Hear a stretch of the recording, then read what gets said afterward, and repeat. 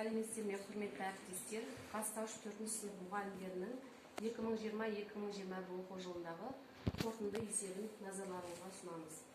Ең бірінші біз бірлестікті шамшырақ деп атауымыздың себебі шамшырақ сәулелі нұр төгеді. Бастауыш сынып мұғалімдері шамшырақтың сәулеленіп нұрлануына бар білімімізді жұмсаймыз. Берген тәрбиеміз оқушының өміріне жол сілтер шамшырақ болатынына септігін тигізеді деген ойда бірлестігіміздің атын шамшырақ деп атап отырмыз. Бірлестіктің өзекті мәселесі тиімді әдіс-тәсілдерді қолдану арқылы оқушылардың жан-жақты шығармашылық қабілеттерін дамыту, өзіндік тұлға ретінде қалыптастыру.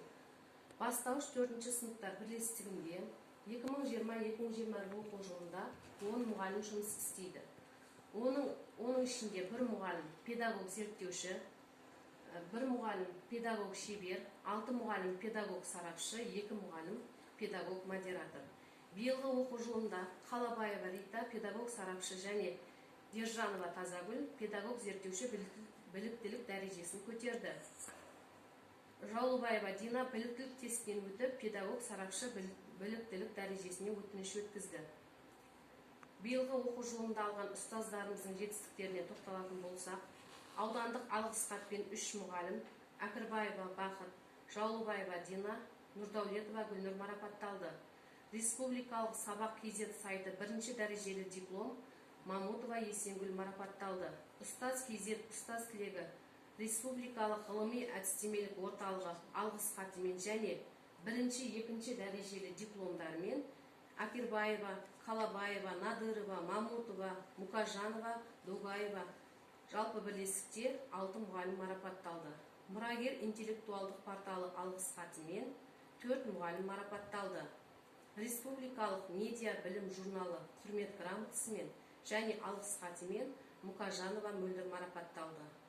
Қазтест KZ мұғалімдер арасында өткізілген онлайн олимпиадада 2-ші дәрежелі дипломмен Жаулыбаева Дина марапатталды.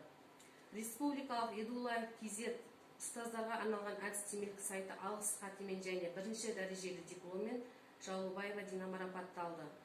Халықаралық экология және педагогика ғылым академиясы алғыс хатымен Акирбаева Бақыт Акирбаевна марапатталды.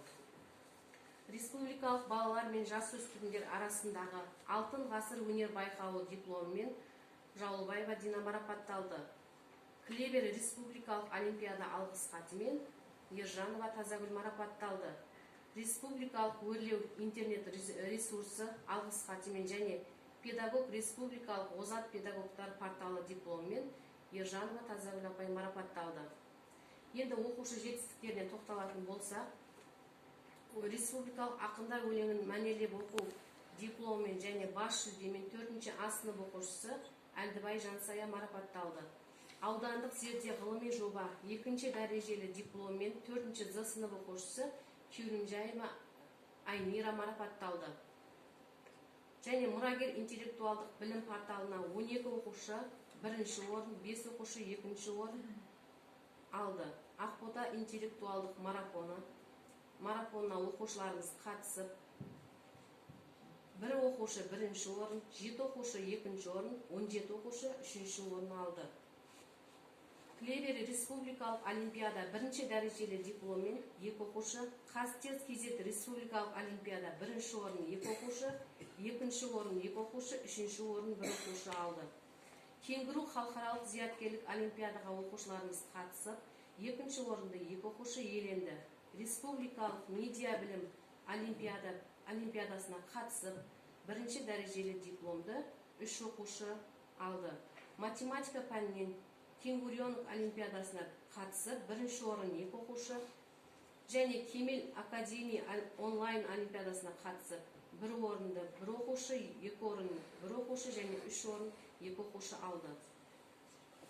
Ұстаз KZ ұстаз тілегі сайтына олимпиадаға қатысып, 2-ші дәрежелі дипломмен 1 оқушы марапатталды және жастардың орталығы республикалық өрлеу олимпиадасына қатысып, 1 оқушы 1-ші орынды алды. Және алтын ғасыр өнер байқауына қатысып, 4-ші Д сынып оқушысы 1-ші орын алды, дипломмен марапатталды. Алтын ұрпақ зияткерлік олимпиадасына қатысып, 3-ші орынды 1 оқушы алды. биылғы оқу жылында өз білімін жетілдіру мақсатында қысқа мерзімді курстардан бірнеше мұғалімдеріміз өтті. Атап айтатын болсақ, қашықтан оқыту сабақты әзірлеуден бастап білім беру процесін ұйымдастыруға дейін 40 сағаттық курсын бірлестікте 9 мұғалім аяқтап сертификат алды. Қашықтан оқытуды үйренемін 40 сағаттық курсын бірлестікте 10 мұғалім аяқтап сертификаттар алды. Назарбаев зияткерлік мектептері оқу мәселелерін шешу үшін АКТ-ны пайдалану тақырыбында өткізілген курсты бірлестікте 6 мұғалім оқып сертификаттарын алды. Санатыңды көтер ұстаз атты республикалық 72 сағаттық біліктілікті арттыру курсын Мұқажанова Мөлдір алды. Мұғалім тәжірибесіндегі зерттеу, педагог кадрлардың біліктілігін арттыру курсы тренерлік 80 академиялық сағатты оқып, Мұқажанова Мөлдір сертификат алды. Бастауыш сынып пен мектепалды даярлық тобында тың инновациялық әдіс-тәсілдерді қолдану жолдары тақырыбында 72 сағаттық курсты оқып, Жаулыбаева Дина сертификат алды. Енді баспа беттеріне материал жариялау бойынша бірлестікте 3 мұғалім бастауыш білім берудегі жаңа ізденіс атты баспасына облыстық көлемде бастауыш сынып мұғалімдерінің тәжірибелерінен 3 мұғалімнің баспасы жарық көрді. Олар Догаева, Мамутова және Мұқажанова. Биылғы оқу жылында авторлық бағдарлама бізде бірлестікте 2 мұғалімнің авторлық бағдарламасы жарық көрді.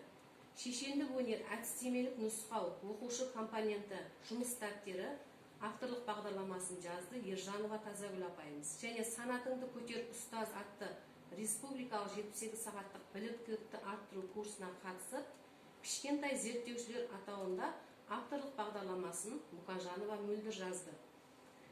Және де Акирбаева Бақыт Акирбаевна критериалды бағалау өзекті мәселе және жауаптар тақырыбында облыс көлемінде өз іс тәжірибесімен бөлісті.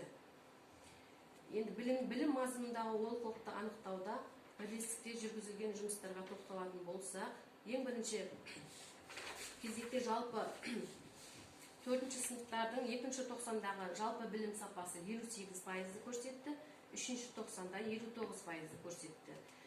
Бұл 2-ші тоқсанда 4-ші сыныптар бойынша ең жоғары сапаны 4-ші А сыныбы 93% көрсетті, және 4-ші Б, К сыныптары 50% көрсетті. Енді 3-ші тоқсанда дәл солай 4-ші А сыныбы 96% ең жоғары сапаны көрсетсе, сыныптар арасында ең төменгі сапаны 4-ші К сыныбы 41% көрсетті. Енді осы білім мазмұнындағы олқылықты анықтауда жүргізілген жұмыстарға тоқталатын болса, осы бірлестігімізде биылғы оқу жылында қаңтар айынан бастап өнер алды қызыл тіл жобасы аясында әдебиеттік оқу пәнінен 4-ші сыныпқа арналған барлық оқу тапсырмалары қамтылған және әр сабақты осы жоба бойынша жұмыстар жүргізілуде. Жобаның мақсаты оқушылардың оқу сауаттылығын арттыру, жазба мәтіндерді түсіну, өз мақсатына жету үшін оның мазмұнын қолдану, қоғам өміріне белсенді қатысу үшін білімі мен мүмкіндіктерін дамыту қабілеттерін жетілдіреді. Бұл жоба аясында бірлестікте 10 сыныпта жұмыс жасап жатыр. Және де Пирлс халықаралық зерттеулері осы Пирлс тапсырмаларын себебі бастауыш сынып оқушыларының мәтінді оқу және түсіну сапасын бағалауға көмектеседі. Әр аптада осы Пирлс тестілеуі бұл әдебиет пен жаратылыстану пәндерін қамтиды. Әр аптада барлық сыныпта осы Пирлс тапсырмалары алынып, нәтижелеріне сараптама жасалып отырылды. Және де айта кететін бірлестігімізде осы Акирбаева Бақыт Акирбаевна Пирлс тапсырмаларын құрастырып, облыс көлемінде өз іс тәжірибесімен бөлісті. Енді қорытындылай келе, мұғалім өзінің білімін үздіксіз көтеріп отырғанда ғана мұғалім оқуды, ізденуді тоқтатысымен оның мұғалімдігі де жойылады демекші, алдағы уақытта одан да жоғары нәтижелерге жетеміз деген үміттеміз. Назарларыңызға рахмет.